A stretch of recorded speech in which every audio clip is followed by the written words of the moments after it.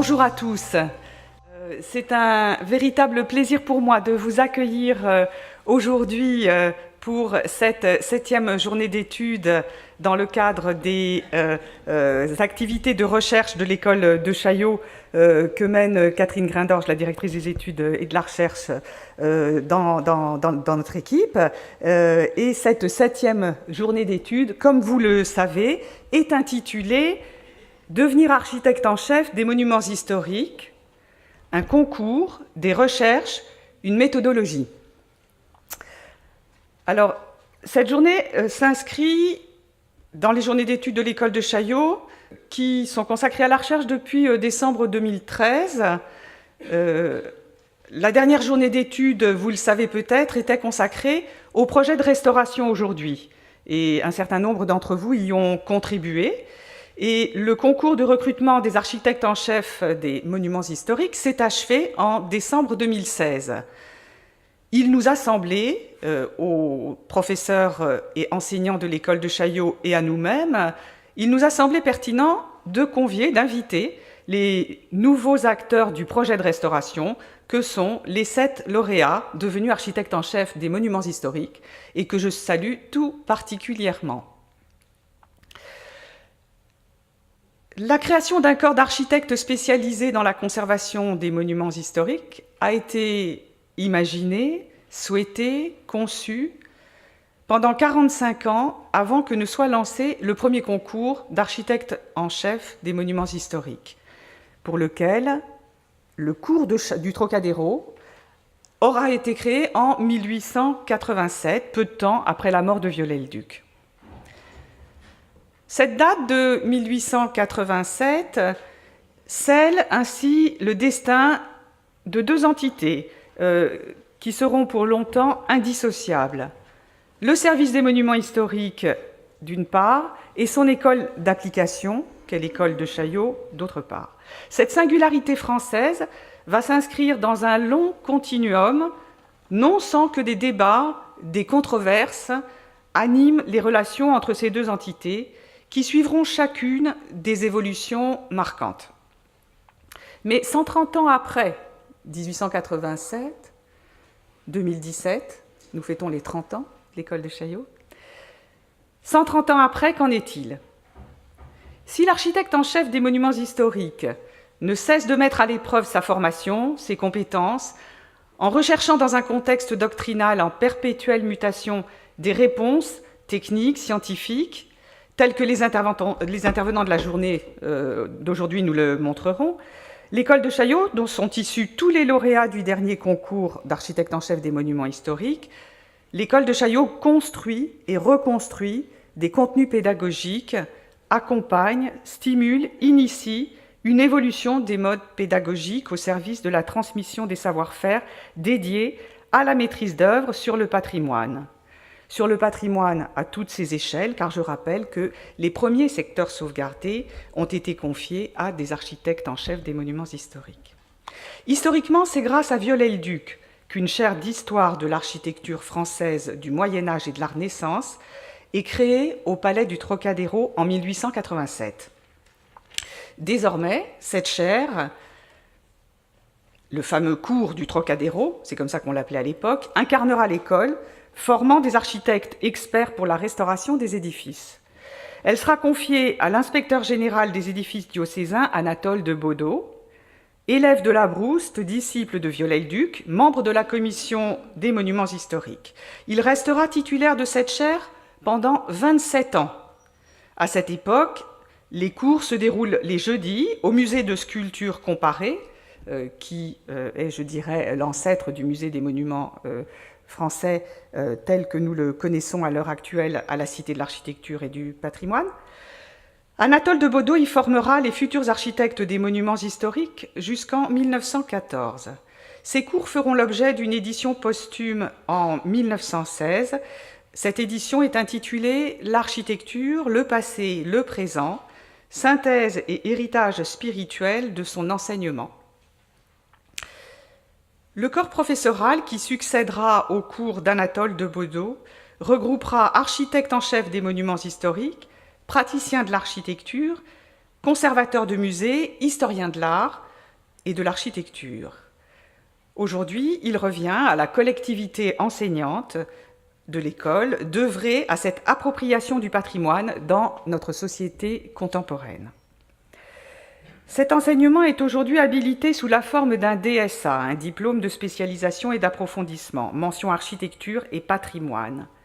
Il s'adresse non seulement aux futurs architectes en chef des monuments historiques, mais aussi aux futurs architectes du patrimoine et aux futurs architectes et urbanistes de l'État, architectes des bâtiments de France. Les 7 lauréats nouvellement nommés architectes en chef des monuments historiques, se sont soumis à l'épreuve très exigeante, une parmi d'autres, de l'étude de restauration d'un édifice. Aujourd'hui, chacun présentera son sujet en développant un focus sur une étape ou une phase spécifique de son étude de restauration. Benjamin Mouton, que je salue, président du jury de concours, introduira cette journée, en sera le chairman, lui qui a dédié pas moins de 33 ans à transmettre son enseignement au sein de l'école, dépassant ainsi les 27 années que lui a consacré Anatole de Baudot à la tête du cours de Chaillot. Bravo Benjamin. Pour cela, nous le remercions très chaleureusement, ainsi que tous ses collègues architectes en chef enseignants à l'école de Chaillot, Pierre Bortoluci, François Chatillon, Frédéric Didier, Richard Duplat, Pierre-Antoine Gatier, François Janot, Pierre-André Lablaude, Dominique Larpin, Stéphane Manchoulescu, Éric Palot, Alain-Charles Perrault, Patrick Ponceau, Marie-Suzanne de Ponto, Pascal Prunet et Bernard Voinchet. Je les salue tous et je les remercie encore. Mais avant de passer la parole à Benjamin Mouton, je voudrais dire plusieurs choses. D'une part, je salue, mais je ne l'ai pas encore vu dans la salle, mais il devrait arriver, Monsieur Jean-Luc Delpech, qui est le président de la communauté d'universitaires. Je demande l'aide de Catherine. La non mais commu, c'est communauté universitaire d'établissement ESAM, qui devrait nous rejoindre dans le cours de la journée. Et je salue aussi l'ensemble des personnalités et des enseignants, des élèves et des anciens élèves qui nous ont rejoints pour cette journée, dont je suis sûre qu'elle sera extrêmement riche. Et je dois dire que c'est au cœur des missions de l'école de Chaillot que de donner la parole à ces lauréats de ce concours emblématique et essentiel pour la sauvegarde du patrimoine dans toutes ses dimensions. Je salue aussi et je remercie mes collègues qui ont organisé cette journée, Catherine Grindorge qui en est l'organisatrice et qui a travaillé pour cela avec l'aide de Véronique Cordier et de Lydie Fouillou. Merci à tous et je donne la parole à Benjamin Mouton qui va introduire cette journée et en assurer le déroulement. Benjamin, c'est à toi. Bonjour, je suis ravi de voir qu'il y a une salle bien remplie. Je vous en remercie. J'ai appelé ça le concours un album d'opiniâtreté parce que vous allez bien voir le travail qui a été fait par chacun des lauréats du concours qui s'achève. Mais il y a un mot qu'il fallait rajouter à tout ce que vous allez voir, c'est opiniâtreté, parce que je crois qu'il n'y aurait rien s'il n'y avait pas cette espèce de graine terrible qui fait naître ensuite des résistances farouches pour arriver jusqu'au terme de cette épreuve. Le concours de 2015-2016 a pour la première fois s'est déroulé selon 2 concours. Un concours sur épreuve, d'une part, et un concours sur titre, d'autre part, ou sur dossier, si vous voulez, et qui a ouvert le corps d'architecte en chef à 9 lauréats, 7 par le concours sur épreuve et 2 par le concours sur dossier. L'objet de cette journée est de mettre en évidence la filiation entre l'enseignement de Chaillot et le métier d'architecte en chef par l'intermédiaire du concours. Même si, au fond, ce concours, comme l'école d'ailleurs, mais surtout le concours, a beaucoup évolué dans ses contenus depuis l'origine. J'en dirai quelques mots tout à l'heure. Le concours sur épreuve offre cette illustration tangible de cette filiation, et c'est pourquoi il a été proposé d'en exploiter les images. Mais si la journée d'aujourd'hui est consacrée uniquement au concours sur épreuve, il ne faut pas y lire autre chose que cette intention de rapprocher le concours sur épreuve et ses épreuves d'une part avec la formation à l'école de Chaillot. Il faut retenir quand même que 9 architectes en chef des monuments historiques ont été nommés à l'issue de ce concours en 2 parties. En septembre 1981, une exposition était organisée à l'hôtel de Sully sur le thème « Les concours des monuments historiques de 1893 à 1979 ». Le numéro spécial, numéro 113 de la Revue des monuments historiques l'avait annoncé avec l'éditorial rédigé par le ministre de la Culture de l'époque, Jean-Philippe Lecat, qui disait « C'est à la fin du XIXe siècle et au début du XXe siècle que l'existence d'un corps particulier d'architectes compétents pour la restauration des édifices va s'imposer. » Il continuait plus loin en disant « Les connaissances archéologiques, la sensibilité artistique et les compétences techniques sont indispensables pour exercer ce métier particulier, particulièrement difficile.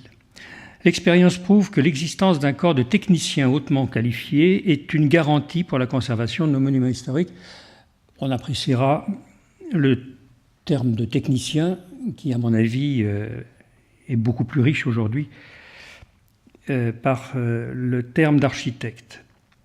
Ces 2 ouvrages sont riches d'un inventaire inédit sur l'histoire du concours. J'en ferai un bref survol pour reconstituer le contexte d'aujourd'hui et sa filiation. Et il est intéressant de noter que l'illustration de gauche qui représente Saint-Martin du Canigou par Formigé, comme à droite Saint-Jacques de Dieppe par Adolphe Lance, ces dessins sont totalement indépendants du concours, puisque le premier a été fait en 1876 et l'autre en 1872. Il est intéressant quand même de voir quelle position pouvait avoir déjà le dessin dans la représentation des compétences de l'architecte pour aborder l'étude d'un édifice. Et je pense que ces 2 dessins sont emblématiques de ce qui suivra ensuite par l'épreuve caractéristique et majeure du concours. Le concours est lancé en 1893. Les candidats devaient déposer leur dossier d'admissibilité comportant des études analytiques faites d'après des monuments anciens. Les épreuves consistaient en la présentation d'une épreuve graphique et d'un mémoire écrit comportant un projet de restauration de l'édifice sur lequel les candidats étaient ensuite interrogés. Ils disposaient de 4 mois pour faire ce travail. Alors c'est intéressant de faire le rapprochement entre cette épreuve, qui est l'épreuve unique du concours. Alors évidemment, après, il y avait une séance de présentation orale. Et au fond, c'est l'épreuve majeure qui est actuellement correspondant à l'épreuve du 3e degré, c'est-à-dire à la thèse. 31 candidats se présentent entre 27 et 68 ans et il n'y a que 3 lauréats. Le concours suivant, de 1898-1899, un concours qui est ouvert à 2 places. Il y a 34 lauréats et on voit être nommés. Alors le premier concours, on voit des noms qui sont importants. Une chose importante aussi, le jury comportait 3 inspecteurs généraux architectes des monuments historiques et diocésains bien sûr, et un archéologue. C'est un jury très court en quelque sorte, 4 personnes pour 31 candidats. Le 3e concours de 1905. Alors, c'est un concours qui est à peu près identique au concours précédent, mais on introduit l'épreuve de stabilité, ou tout au moins on voudrait que l'épreuve d'analyse introduise les notions de recherche de stabilité. Si je représente cette image, c'est parce que c'est évidemment ce qu'a fait Henri Deneux, qui est un des architectes en chef les plus extraordinaires de cette compagnie, et qui avait donc fait de l'étude du chœur, de la charpente du chœur de la cathédrale de Reims, son étude analytique. Le seul, au fond, à savoir comment restaurer cette charpente exceptionnelle. Et vous savez comment, ensuite, il l'a restaurée dans cette technique éblouissante que l'on admire encore aujourd'hui. 1920, 12 postes. Et chose curieuse, sont dispensés de l'épreuve écrite les 7 recalés du concours de 1913 qui ne présentaient que l'épreuve orale. Donc ils avaient déjà fait leur thèse, on leur disait c'est pas la peine de l'avoir faite, donc votre thèse est un acquis et vous irez simplement au tableau pour faire un certain nombre de démonstrations sur vos compétences, capacités, etc. etc. C'est intéressant comme évolution. Et le concours de 1922, concours de 1922 pour 5 postes, il correspond d'ailleurs au moment où le directeur de l'architecture de l'époque décide d'introduire plus d'épreuves dans le concours, et en particulier des épreuves techniques. Et pour mieux préparer ce concours, il introduit donc un changement dans le programme pédagogique de l'école de Chaillot, qui va porter sur la restauration et l'entretien, sur l'histoire de l'architecture civile et militaire, sur la sculpture, les vitraux, peintures murales, mobilier, 120 leçons sur 4 ans, échelonnées de Pâques à juin. Alors, ces modifications vont porter davantage sur le concours suivant de 1925, 3 ans après, et dans les grandes lignes, qui vont reprendre donc ces objectifs. Sont nommés 7 architectes en chef sur 33 candidats. Ensuite, on va suivre différents concours. 1938, 13 ans après, on introduit la notion des abords. Sont reçus au concours de 38 des grands noms comme Jean-Pierre Paquet, Yves-Marie Froidevaux, Vitry, Berry, Salaise. Et on arrive au concours de 46, et si je m'arrête un instant là, c'est parce que c'est le concours qui se passe après la guerre. Et 11 postes sont ouverts, dont 4 qui sont réservés aux prisonniers. Et il y a une chose très intéressante dans cette question de la place des prisonniers, c'est qu'un atelier de préparation, un atelier d'architecte avait été organisé dans l'OFLAG 17A sous la direction d'André Lapère, chef du bureau des monuments historiques, qui est demeuré volontaire en prison, en captivité, avec Jean Hubert pour achever la préparation des architectes au concours.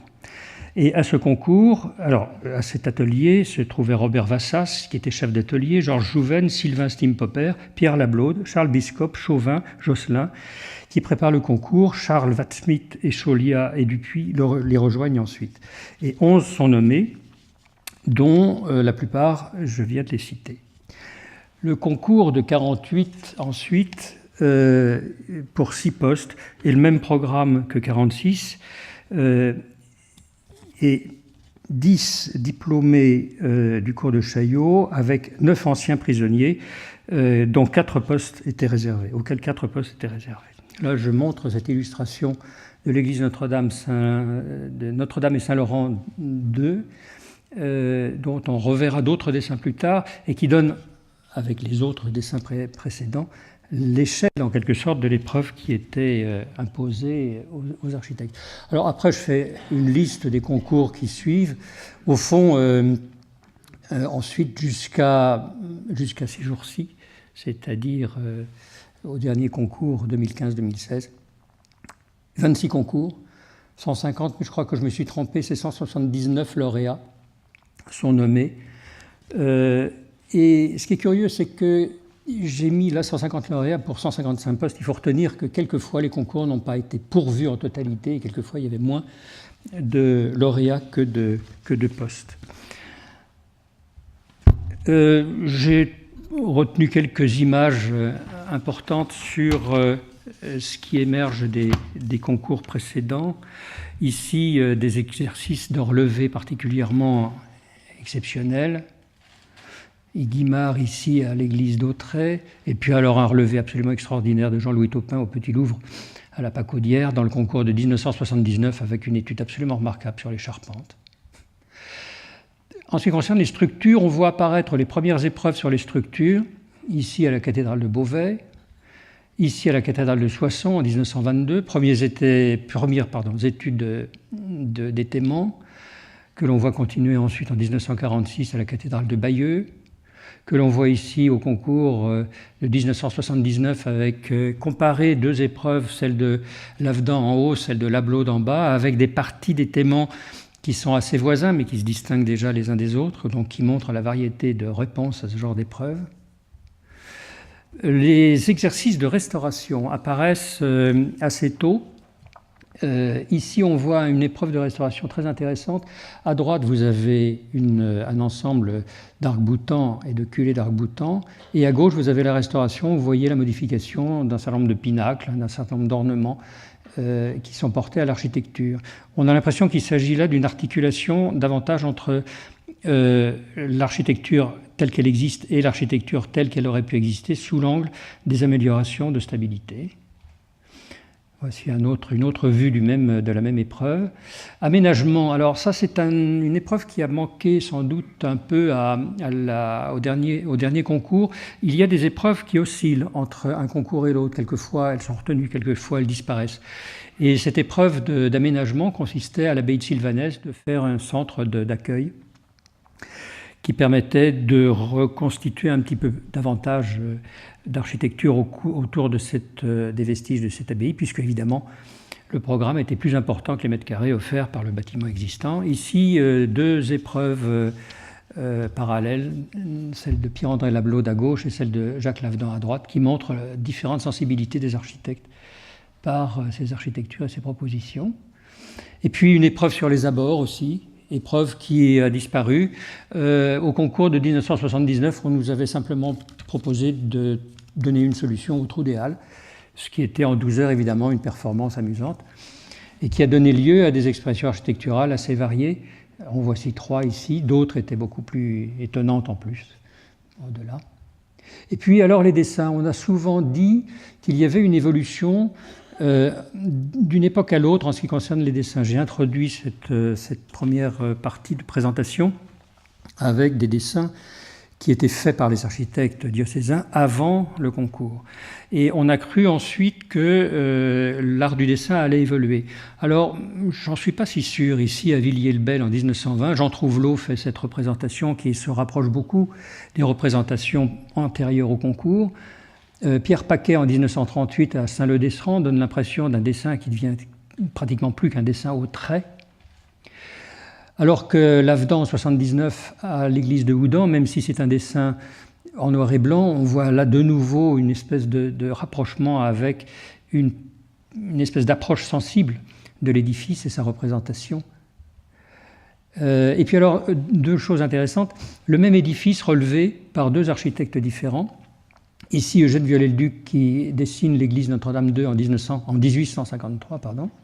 Donc, dans l'esprit des dessins que l'on voyait avant le concours, et le relevé qui en fait Jean Saunier pour sa thèse du concours de 48, où l'on voit que là, on est beaucoup plus dans une sorte de dessin au trait simple, sans aucune décoration. Donc on se dit, ben voilà, il y a une sorte d'évolution, on passe du dessin coloré au dessin au noir et blanc, on passe du dessin avec un certain rendu au dessin plus sobre et plus sec, alors qu'en réalité il n'en est rien, puisqu'au concours de 1979, Dominique Ronceret fait ses planches représentant la citadelle de Mont-Dauphin, dans un esprit d'ailleurs de représentation qui se rapproche beaucoup des dessins du XVIIe siècle, à la manière de Vauban, et qui donne là, évidemment, la démonstration inverse de ce que je venais de vous dire.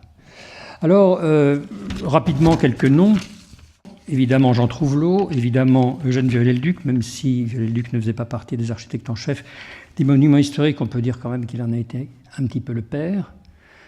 Et puis Beuys-Wiswald, Chauvel, Corroyer, Paul Collat, Jean-Pierre Paquet, bien sûr, qui a eu ici une influence considérable, de même par l'intermédiaire de l'Inspection générale des monuments historiques sur l'ensemble des travaux du service dans les années 60 et 80. Et puis ici, une photo assez émouvante. Le deuxième en partant de la droite, c'est Yves-Marie Froidevaux, tout jeune, au pied de l'échafaudage, comme il a toujours aimé y être, lorsqu'il n'était pas carrément monté dessus, et qui montre en quelque sorte l'esprit et l'ambiance dans laquelle se trouvaient les rendez-vous de chantier de l'époque, qui changent guère d'ailleurs, il y a un peu moins de cravate aujourd'hui. Et puis cette parole de Viollet-le-Duc que je voulais rapporter aujourd'hui, savoir regarder est en ces matières la qualité essentielle, l'œil s'habitue à percevoir et l'esprit à interpréter les détails qu'il convient d'observer et de retenir. Je crois que depuis Viollet-le-Duc, je crois que la façon d'exercer notre profession au service du monument n'a jamais changé.